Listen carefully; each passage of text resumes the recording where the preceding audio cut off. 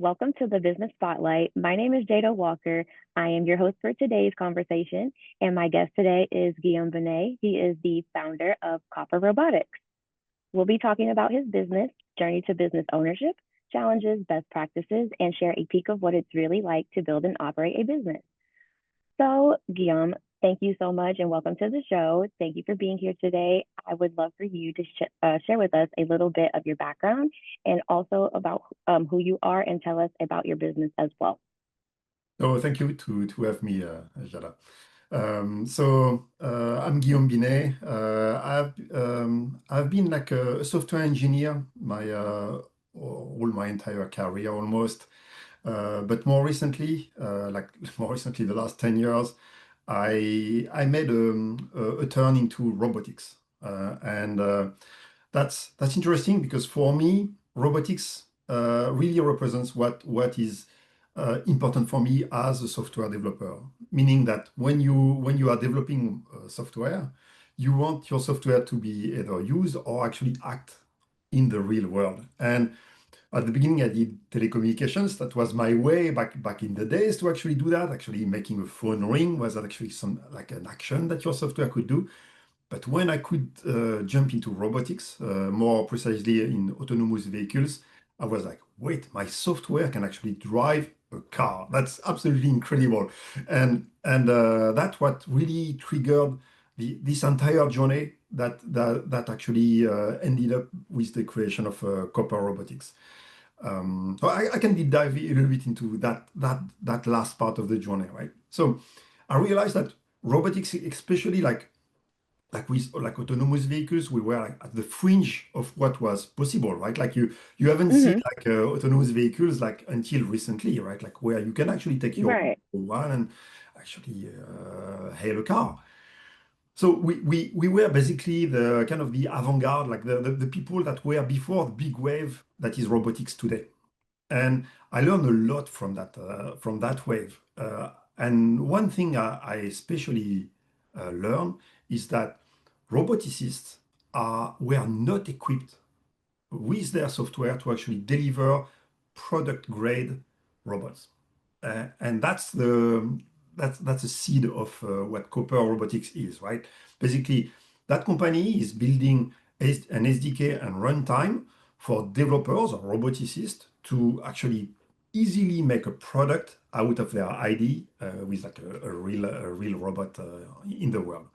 And in terms of specialization is mostly on autonomy, right? Basically, robots that are needs to actually explore the world or be close, like collaborative robots, close to people, and with all like the safety and so on. You can imagine down the line. That is so cool. I actually just saw this video of them talking about the humanoid that's being made. I don't know if you work with that or if you've seen that, but I was just like, that is so cool how technology has I guess like expanded since like I was little. Like I'm older than Google. So I'm just like that's really crazy to me. I'm gonna be able to tell my daughter that. That's really weird. But that is so cool how it's just like kind of like just boomed, I guess. I can't think of the word Yeah. I'm actually trying to say, but it's just crazy how it has grown so much over the past, what, like 20, 30 years. Yeah, no, that's incredible. That's really like a hockey shaped curve, right? Um, Yeah. so and you see, so it's interesting because that's a merge of two different disciplines, right? Robots are not new, right? Like I remember, like Mm-hmm. I'll date myself. I remember, like in the 90s, I visited a factory up in France, Mm-hmm. like, building cars, and there were barely anyone in that factory. The people were basically slaves of the robots already then, right? Like they were basically getting Yeah. getting parts from one robot to another, and most of the chain was automated. And at the end, like a car would be produced every 5 minutes. So we start from there, where you have robots that are very reliable, predictable, repeatable, right? Like in that setup.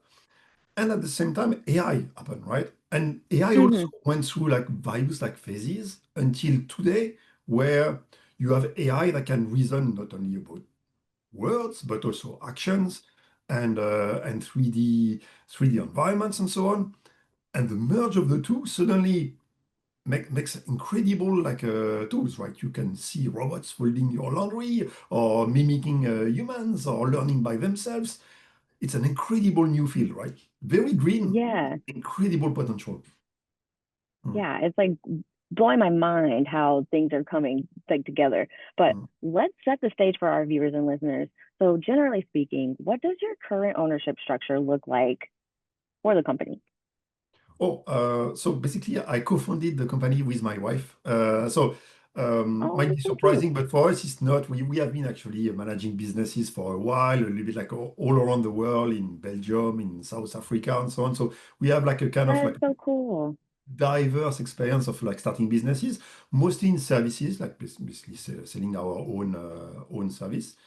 And so that's us. We are two right now. That's gonna probably change pretty soon, but that's how we started for the last year and a half, and we kind of self-finance this company so far. Yeah, I like whenever people can work like with their significant others or just family members in general. Me personally, I don't think I would be able to. There would be a point where we would butt heads, and I would be like, "All right, you gotta go. Gotta get you out this company or something." But I love that. I love when people can do that. So for many business owners, especially those that are newer to entrepreneurship, they feel as though they don't have enough time. And so I'm curious, since based on your experience and also your wife's experience, if I were to give you guys an extra 10 hours back each week, how would you invest those hours? Oh, good question. So I would. So the thing when you are creating a company is that Mm-hmm. it's all an exercise of prioritizing your time.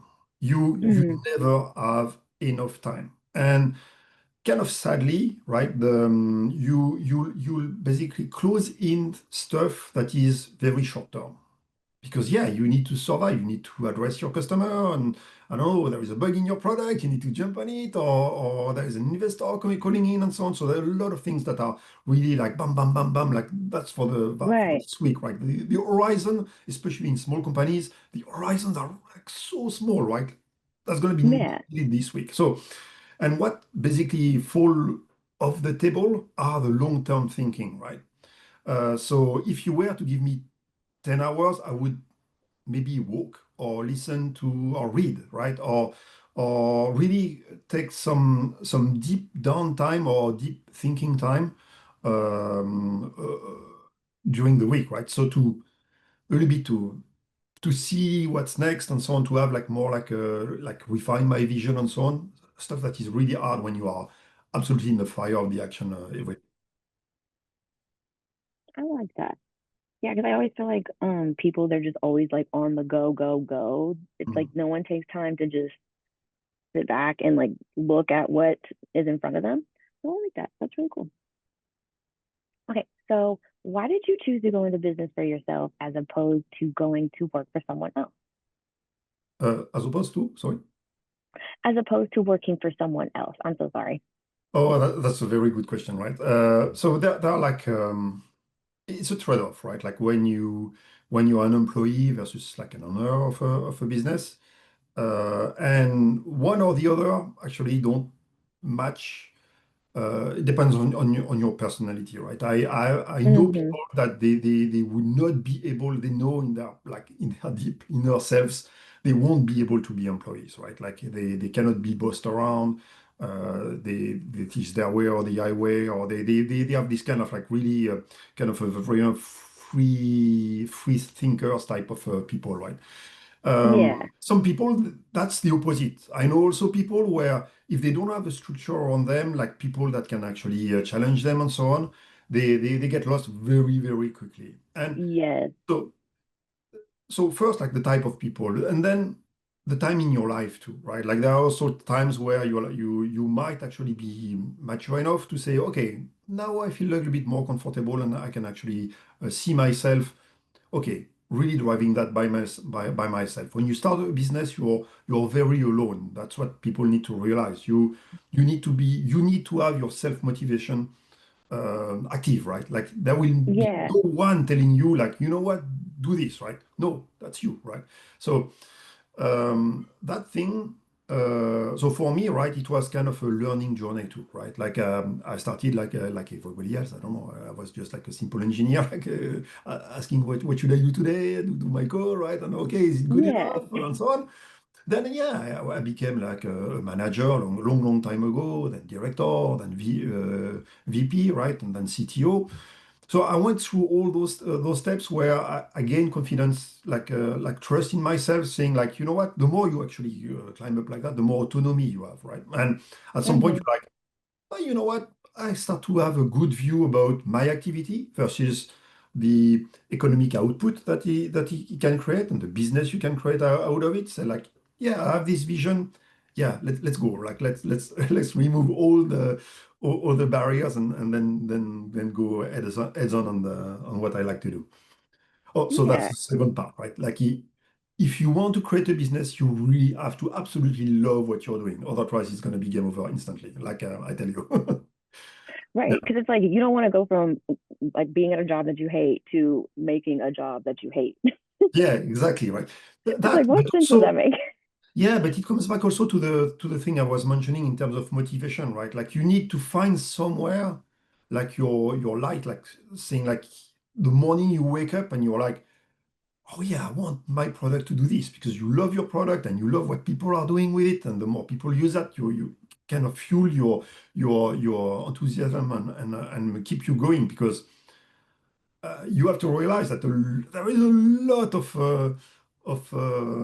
obstacles, like creating a company. You'll get hit like all the time. So if you don't have a Yeah. strong pull from yourself, you that's going to be really hard. Mm. Yeah. No, I like how you mentioned all of that. So as you look back on your journey so far, what has been the most memorable roadblock or hurdle that you were challenged with and you were forced to overcome? Uh, yeah. So one thing with Copper Robotics. So you can imagine that the world of making SDKs or runtimes for robots is kind of not new, right? But Right. there are things that do exist, like it's called ROS, for example. There is like a very well-known SDK for people that don't know robotics. It's okay. It's just like, let's say, like a huge ecosystem of things, companies contributing components and open source type of components and contributions that makes like an entire ecosystem. But the premises of that were wrong, and that's why I created Copper. Like at the fundamental first principle considerations, you're like, yeah, you're not equipped with that hugely popular thing to actually make robots today. And that's why you look around you, you don't have like a lot of robots, right? Even if you see a lot of videos, they're not like real robots. That's what I want to address. But imagine you have a huge incumbent there, right? So myself Hmm. coming in with my product saying, you know what, don't use the thing that everybody uses, use my thing. That's a huge, huge challenge. Like roboticists are not the type of like very like experimental type of people wants to try something new, right? They Right, are not right. really early adopters. They already have so many issues with their robot. They don't want to add like, oh, now I picked like this random dude up in Texas Right. They're like, I framework, just right? tried this. Why do I want to try this one? Is it the same? Like, Yeah. And if you are a decision maker, you can imagine in a company, you pick that up and you are wrong. You're like, why you didn't pick the big one, right? Like that everybody is using, right? So that's the main challenge for Copper Robotics. yeah. Okay, so let's move on to what makes your business so special? So, who primarily does your business serve? Like, if I were in the audience, how would I know that I am a good fit for your service? Yeah. So definitely if you are a company that is starting a new autonomous robot and you have really the ambition to actually have your autonomous robot successful and deploy at scale and so on, I would look at Copper. It has like technical, like when I was talking about like first principle qualities that will not only accelerate your development itself, but also a good path to demonstrate to like third parties, like auditors and so on, that you know what, what I develop is safe. And that's hugely important for a robot, like especially a modern robot that's going to be close to people. Let's say, Hmm. like for example, here I have like a drone, for example. You don't want a drone to land on the face of someone, or like a car, or like even on a sidewalk, right? So if you are thinking about building a robot and you have like you want strong basis to actually propel you forward in terms of productivity and go to market and having your product in the hands of customers, I would look up Copper. Oh, right. So what is one thing that you wish that people knew about your business? Oh, that's interesting. So what I would love to, if if I wanted to implant some kind of like experience, right? Hmm. To my viewer, I would try to share, if I had this magical one, kind of the suffering I went through building robots. It's very hard, right? And No, really, because I'm like, I can't just go out and build a robot. I have no idea what I'm doing. No idea at all. but the thing is, like, what is the worst is that, for example, I remember Argo AI. So I was one of the first employee of that company. We grew this company, so it's an autonomous driving company. We could get a car running on the public road like pretty quickly. It was tough, right? But like within 2 3 months, where okay, we have all the pieces together, we think can like go around the block, right? Hmm. 3.5 years later, we were still like struggling to have actually that safe enough to actually remove the driver. So that's a long journey, and that thing, right? That's what where really Copper is coming from, right? That's what I would share. Like, you know what? It looks easy at the beginning, but you'll struggle right after that, right? And if I could communicate that to my potential customers, you can imagine they would immediately say, "Oh, I understand your product completely right away." But you cannot Hmm. really inject like experience to people, right? So that's also like the Right. challenges. Yeah, you need to communicate that, but for them, often it's not real, it's not there yet, right? They will see that later, right? But often later is too late. Okay. Well, hopefully with this podcast, they start to understand a little more. Okay, so this is going to lead me to marketing, which is always a vital thing for every business out there and often one that business owners struggle with. So I'm always curious what successful businesses are doing. What percent, oh, what percentage of your monthly sales is typically invested back into your marketing budget? Oh, good question. So we have a strange setup because we develop in the open. We are an open source company, right? Like a little bit like you know Linux, maybe like the operating system. This is Okay. basically a thing that basically everybody can download for free, right? Like literally. And the goal of that is adoption. Okay. So basically two phase, right? You get like a huge adoption first, and then from there on, you can actually get like use and resell services, components, and so on back at the tail of this. So in terms of marketing, it's actually cool. It's all about community, right? You need to actually Mm-hmm. invest yourself, communicate your product to potential users that are part of the community, either the language itself, which is called Rust, or the roboticist company. So we go to at IEEE, probably know the bigger engineering organization. They have like a big conference, for example, and we organize a workshop there for robotics in that setup.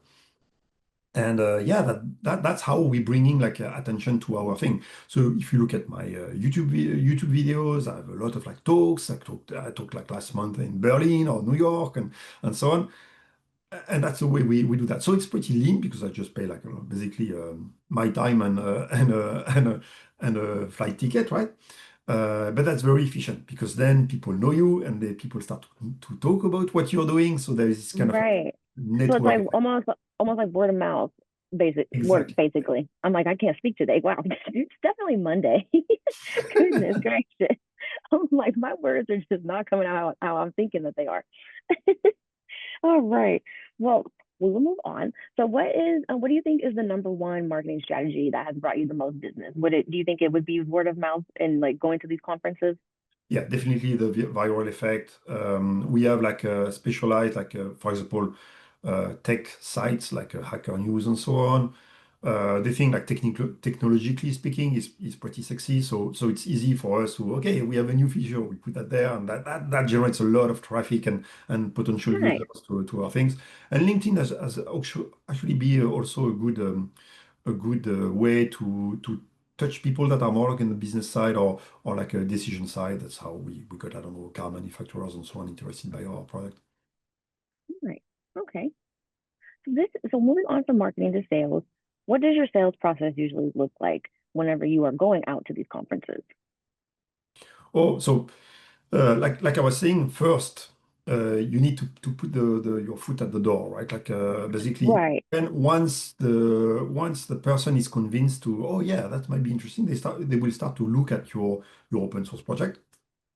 And that's the top of the funnel for us, right? Like, okay, they got interested. The second stage would be, okay, they start to use it so much that they start to contribute back to your own open source. It's open source, so everybody can say, oh, you know what, like I improved this part, and you can contribute that back. Maybe a component, right? I don't know, I add a piece of hardware, a sensor or camera, whatever. And oh yeah, adapted to that to Copper. You are interested to have that in your, yeah, sure, you can do that. So that's second stage in the kind of the funnel. And then you have those customers that start to say, okay, we need to ramp up on this thing. We need to train people. We need to actually go to the next phase in terms of like adoption internally of that thing, or we need to put in production. That's where we can sell services and also components that we certify on our side. So that's going to be how it's going. Nice. All right. So you had mentioned earlier, you and your wife are, of course, the founders, and I feel it's important to address having like a team. So with you and your wife being the founders, how have you guys developed your team? Do you guys have a team, or is it just you and your wife still? It's still us two, so it's a very small Hmm. business right now. But we do kind of have a team because we have like I don't know like 20 other developers that are actually contributing to the project. So you do have to manage that as kind of like a very distributed team. And that's an interesting exercise because you are not really their boss. You're like you're just there because for them the product is very useful and they want to contribute. So that's one part. Uh, of course, we are doing like a round of financing, so we will have a team pretty soon, hopefully.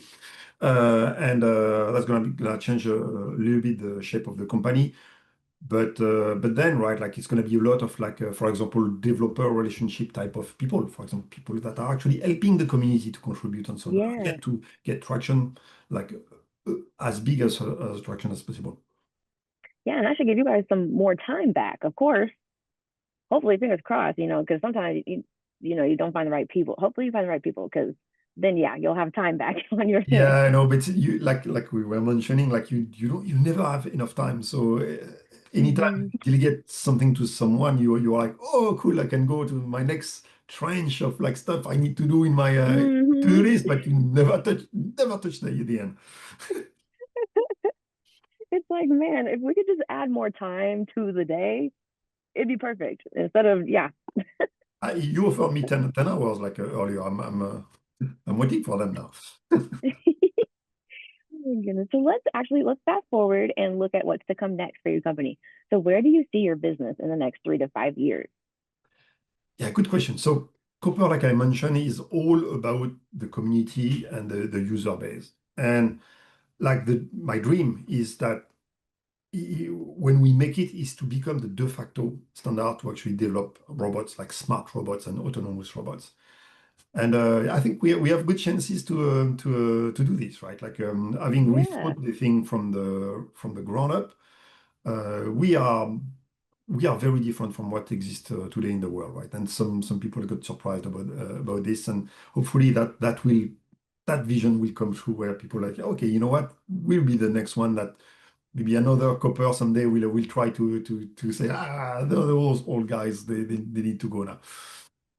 Yeah, I mean, it's like they say, anything you put your mind to, you can do it. So I believe in you guys.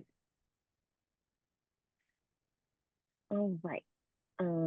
So what has been your approach to goal setting, and how many goals do you set at a time?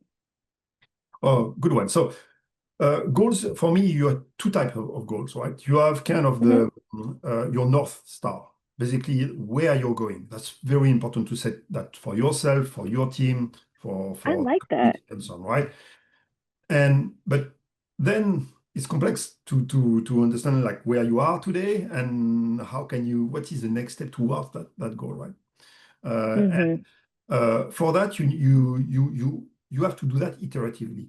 Basically, you are in that kind of you give yourself a set of time, like a week, 2 weeks, and say, okay, what's next? What would be useful today for my users and so on. That gets me a little bit closer to my North Star, right? That's the way I lead teams, where it's very easy to explain what you are doing today and how it is attached to the end goal. And sometimes, Yeah, of course, it won't be it won't be linear, right? You'll go around, but still, right? You can communicate that easily again and again and say, yeah, you know what, this one we got this little piece that fits in that larger picture at the end. At the end. I like your I guess I would say it's like an analogy how you said like it's the North Star. I like that. I've never heard it like that. It makes it almost more meaningful, I feel like. Or it makes you like actually want to go after the goal. Like, I like that. I'm gonna start using that so that in my mind I actually get my goals done. I love that. Okay, so you have had a really interesting story. As we wrap up, I do have a few rapid fire questions. Are you ready for those? I'm born ready. Awesome. Okay. What is the key to success for you? Passion. Passion is key to success. You'll do everything is possible if you're absolutely passionate about what you're doing. I love that. What is one piece of advice for other business owners? Never give up. That's the hardest part. It's gonna be really hard. You'll get hit like all the time, but you know what? It's worth it. All right. Do you have a book or podcast that you're currently reading or listening to right now? Uh, yes, I've Paul Warburg. He's doing so he give me like this little pause, right? He's doing more like a kind of like geopolitical type of talking, and I like the way not only how he talks, so I can learn a lot, but the way he thinks, right? How he structures ideas and so on. And for me as a leader, I like that. I like to, even if it is not my domain at all, right? It helps me kind of Hmm. relate and help me think a different way and see like actually those North Stars and explaining them very well. I like that. I'll definitely have to check that out. Okay, so this is going to be a little fun question. If you had a bit of magic dust and you could choose one spot in your business to sprinkle it, where would it be? Um, oh yeah, I would definitely yeah, I would definitely basically make a conference out of my product. That would be a magical thing. Like I would the day I tick that I would see success. Saying like I have enough people to actually come back that are interested, and we can talk about it. And as a community, we were big enough to actually have a conference about copper, like a CopperCon. I love that. Okay, so before we get to the final question of the day, will you please share with our audience how they can follow you and learn more and contact you? Of course, so my main point of contact is LinkedIn. That's where I do most of my business and my networking. And yeah, you'll find me very easily. You just search my name and you'll find me instantly. Awesome. Okay, well, we've come to that final question of the day, and it is, what is most inspiring to you today? Um, for me, this AI with robots are absolutely stunning, right? Like, and it's I mean, you can imagine myself when I was young, like the Turing test was something that was not possible to attain. So the Turing test is basically you have a synthetic being, like an algorithm, you talk to Mm-hmm. them, and it's going to be really hard to say, oh, is this a real person or not? We can see pictures now. Like you have pictures that you don't know if they are real or not. It's incredible. And what is inspiring is that, okay, we made this huge step, but we are like, what's next? And that's a beauty, right? It means like there is still a lot of work, a lot of opportunity, and I find that exciting. I mean, as like even for the human race in general, right? Like, damn, what's Yeah. next, right? Because After I'm that. like, AI has like changed my life. I was one of those people, I wasn't trying to get on the AI train. I think I've told a couple of people this because they were in that business, but I was like, yeah, I was trying to avoid it. And then someone told me that it was helping him with work. And he was like, yeah, I'm getting my stuff done way faster. I have more time, blah, blah, blah. So then I was like, oh, okay, let me check it out. And then I'm like, okay, I'm fully on board now. Like, bring it on. Yeah, but it has drawbacks and so on. So yeah, it's not the end of the story what we have today, not at all, right? So it's again, it's really interesting to see. Yeah, We'll talk back to that era for a long, long time now. Hmm. yeah. Well, thank you so much. I say this has been a great conversation. I have really enjoyed hearing your story. So again, like I said, thank you so much for sharing. No, thank you so And much for having me. yeah, and of course, I encourage all of you who are watching to save the show and come back later and watch it again so that you can get notifications every time a new conversation drops, just like this one. Thank you, everyone who joined us today, and a special thank you to you for being here with us today. We really appreciate it. Thank you so much.